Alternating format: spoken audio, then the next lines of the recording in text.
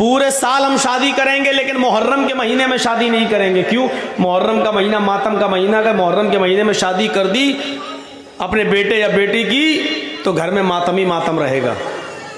जबकि सबसे अच्छा महीना और बाबरकत महीना है वो खैर बरकत के एतबार से देखा जाए रमज़ान का महीना छोड़िए, लेकिन इस्लाम का पहला महीना और सारे अच्छे काम उसी महीने में हुए हैं। ज़मीन आसमान की तख्लीक और ये वो अल्लाह ताला ने मूसा अलैहिस्सलाम को फ़िरौन के जुल्म से नजात दी थी तो मुहर्रम के महीने में ये तमाम चीज़ें हुई। लेकिन आदमी इस महीने के बारे में क्या सोचता? नहीं, मुहर्रम के महीने में हम शादी नहीं करेंगे। ये है बदशगुनी, बदफाल।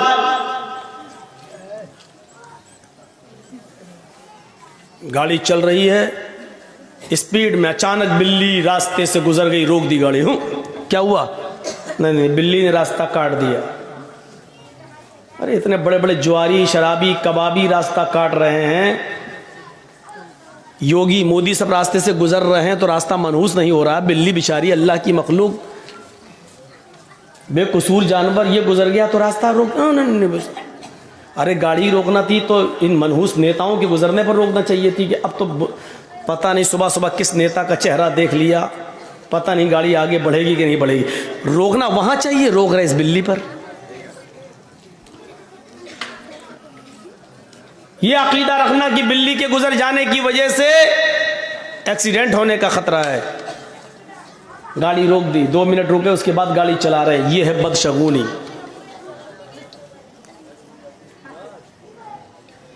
हाजी साहब हज करने जा रहे थे, रास्ते से वापस लौट आए। बीवी ने पूछा क्या हुआ? बिल्ली रास्ते से गुजर गई, अब हज नहीं होगा, लौट आए। यह है बदशगुनी। अरब के लोग जब कोई कारोबार करते थे, कोई बिजनेस करना चाहते थे तो एक चिड़िया पकड़ के उड़ाते थे। ऐसे चिड़िया पकड़ी और ऐसे छोड़ दिया, अगर वो दाहिनी तरफ गई, राइट साइड गई तो कहते थे हमारा काम बन जाएगा, अच्छा बिजनेस होगा, कारोबार अच्छा होगा। और अगर वो बाएं तरफ भागी तो वो काम नहीं करते थे। नहीं नहीं नहीं नहीं नहीं, ये चिड़िया उल्टी तरफ बाएं तरफ गई है, अब तो हमारा कारोबार फेल हो जाए, नहीं नहीं नहीं, हम नहीं करेंगे बिजनेस, इस चिड़िया ने बता दिया कि हमें नुकसान हो। ये है बदशगुनी, ये है बदशगुनी। अपने छोटे से बच्चे को खेल रहा है, काला धागा लेकर उसकी कमर पे बांध दिया। ये काला धागा उसको बचाएगा नजरे बद से। ये है बदशगुनी। ये माएँ जो अपने छोटे छोटे बच्चों को जो नहला धुलाने के बाद एक काले रंग का काजल का टीका लेती हैं और अपने बच्चे के सर पे या गाल पे कहीं लगा देती हैं, काले रंग का ये इससे क्या होगा? नजर नहीं लगेगी। ये है बदशगुनी।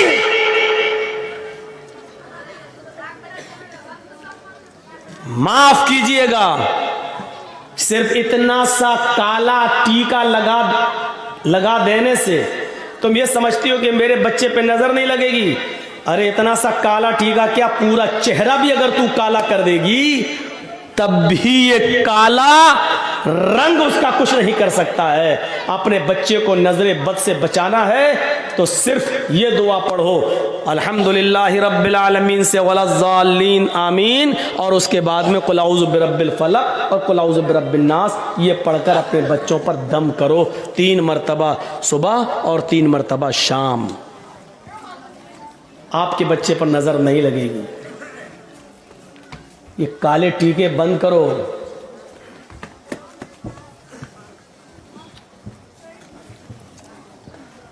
ऐसे लगाओ, टीका लगा दिया।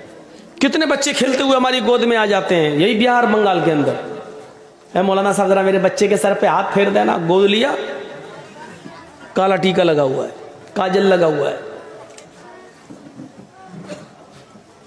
इस अकीदे के साथ कि काला टीका लगा देने से बच्चे पर नजर नहीं लगेगी, गलत।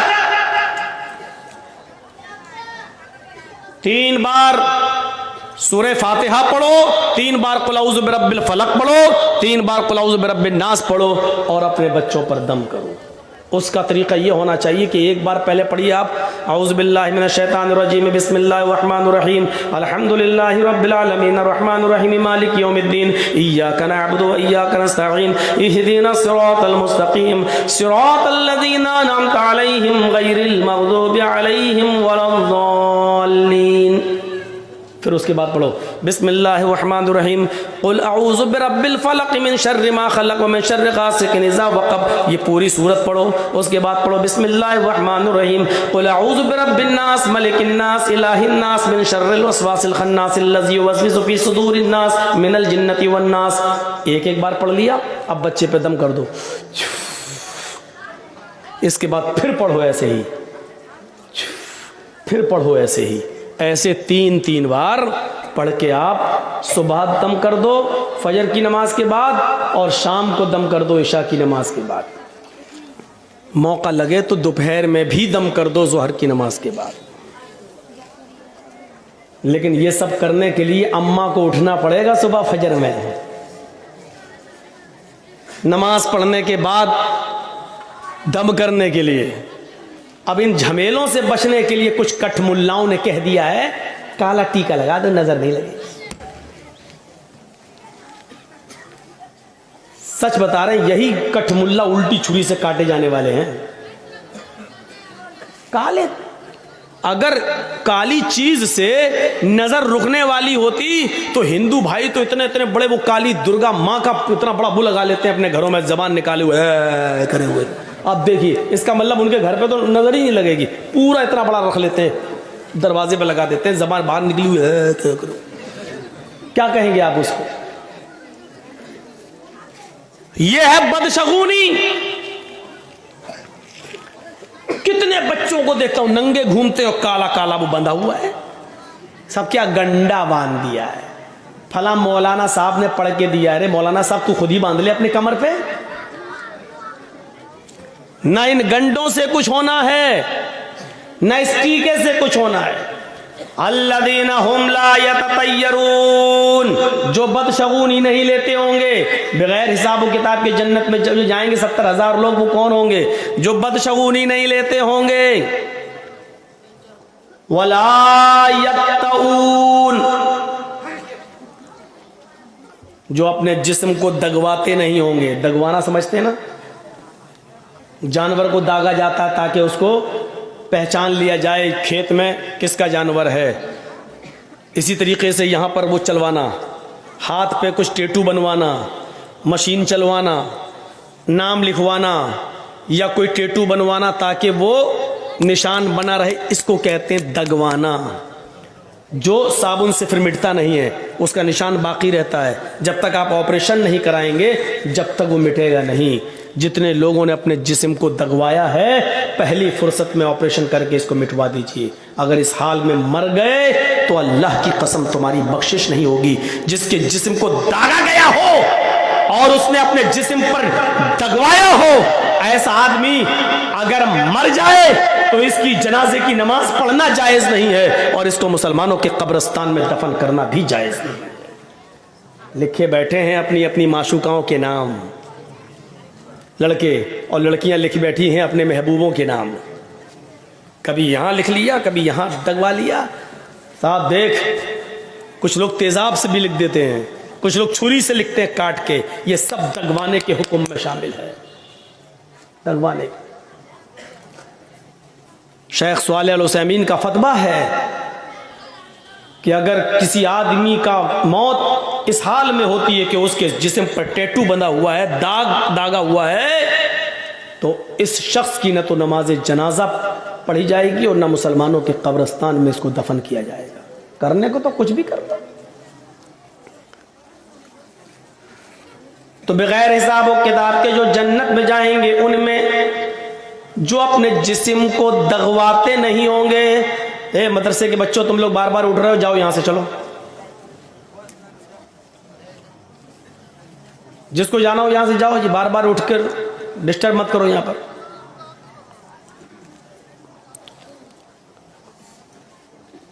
अल्लज़ीना हुम ला यततय्यरून वला यक्तऊन, और जो अपने जिस्म को दगवाते नहीं होंगे और तीसरी चीज सुन लीजिए, जो बगैर हिसाब किताब के जो लोग जन्नत में जाएंगे उनमें तीसरी चीज क्या है? सही बुखारी की हदीस, अल्लाह के नबी फरमाते वला यस्तरकून, जो झाड़ फूक नहीं करते हो। बहुत साफ लफ्ज मौजूद है, कोई तशरीह करने की जरूरत नहीं है। जो झाड़ फूक नहीं कराते होंगे। मौलाना साहब बुखार आ गया, फूंक दो मेरे ऊपर। अब मौलाना जर्जी साहब बैठो, बैठ औज़ुबिल्लाह में पढ़ रहे हैं, छू दम कर रहा है। एक बात याद रखिएगा, दम करना जायज है। मसला याद रखिएगा, किसी बीमार आदमी पर सूरह फातिहा पढ़ना, मुअव्वज़तैन पढ़कर दम करना, अल्लाहुम्मा शफ़ी अंत शाफ़ी ला शिफ़ा इल्ला शिफ़ाउ का शिफ़ा अल्ला युगादिरु सक़मन, ये दुआ पढ़कर दम करना जायज़ है। आप इसको नाजायज़ नहीं कह सकते। कुरान की आयतें पढ़कर, सही हदीसें पढ़कर, जो आयात शिफ़ा और आयात दुआ है उसको पढ़कर दम करना जायज़ है। लेकिन अगर कोई बीमार आदमी ये भी ना कराए और अल्लाह पर भरोसा करके छोड़ दे कि नहीं उसी ने बीमार किया है वही हमें ठीक करेगा, अगर उसकी मर्जी होगी तो हम क्यों जाएं किसी मुल्ला मौलवी के पास झाड़ फूक कराने। अगर वो अल्लाह पर तवक्कुल करके छोड़ देता है तो ये और ज्यादा बेहतर है। इसी को अल्लाह के नबी ने फरमाया वला यस्तरकून, जो झाड़ फूक नहीं करवाते होंगे। झाड़ फूक की आड़ में असल में बहुत बुरे बुरे काम हो रहे हैं। मर्दों के साथ साथ जवान लड़कियां भी मुल्ला मौलवियों के सामने बैठ जाती हैं कि फूंक दो मेरे ऊपर। हम समझते हैं, हमारा बाप समझता है लड़की का कि चलो कुरान ही तो है, अल्लाह का कलाम है और फूंकने वाला तो मौलाना है। मौलाना तो फरिश्ता होता है बेचारा, वो इंसान कहां होता है, वो तो फरिश्ता होता है। जिस तरीके से पर्दा 10 साल की उम्र की लड़की को, 10 साल से बड़ी लड़की को जिस वक्त 10 साल की हो जाए उसके बाद लड़की को अपना चेहरा भी छिपाना पड़ेगा, अपने हाथ की हथेलियां भी छुपाना पड़ेंगी, उसको पर्दा करना पड़ेगा। और जिन लोगों से पर्दा करना है उनमें मुल्ला मौलवी भी शामिल हैं।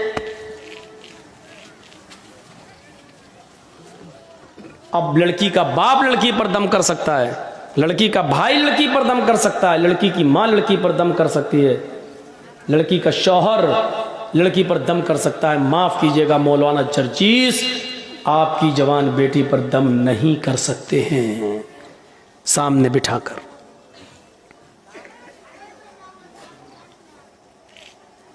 वला यस्तरकून, झाड़ फूक नहीं कराते होंगे।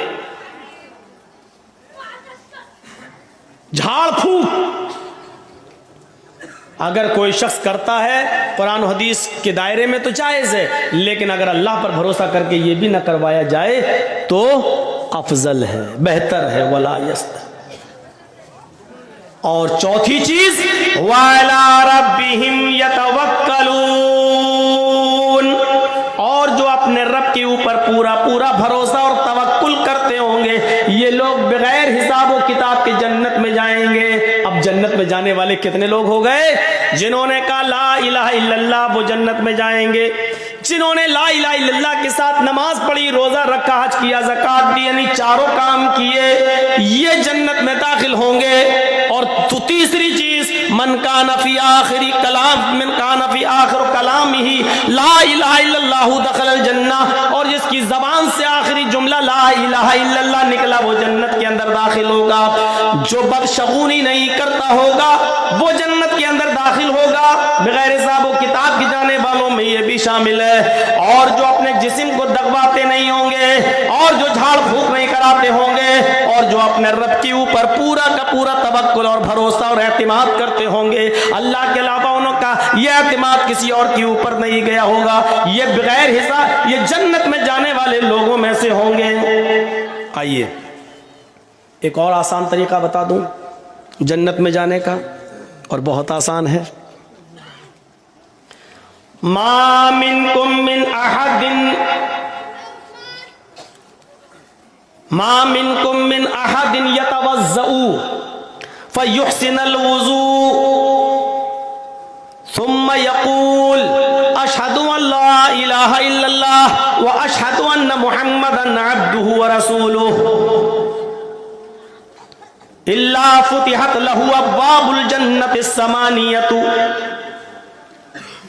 तुम में से जिसने वुजू बनाया, लीजिए, तुम में से जिसने वुजू बनाया, फयुहसिनल वुजू, और अच्छी तरीके से वुजू बनाया। एक तो होता वुजू बनाना और एक होता है अच्छी तरीके से वुजू बनाना। वुजू बनाना क्या है? जैसे बिहार में एक जगह हम जलसे में गए तो जो टोटियाँ लगी थी मस्जिद में, नल जो लगे हुए थे, वहाँ बैठ कर मैं वुजू बना रहा था। तो जमात खड़ी थी, बिहारी का एक आदमी बेचारा आया उसी गांव का और मेरे पास आकर बैठ के वो भी वुजू बनाने लगा और हमसे पूछता है कि मौलाना साहब हम कितनी रकात हो गई? हमने कहा शायद 2 हो गई, 2 बची हैं। 2 हो गई कि हाँ, अब देखिए उसकी वुजू की। अल्लाह, उसको दोनों मिल गई और मैं जब तक वुजू बना के पहुंचा तो मेरी एक और छूट गई।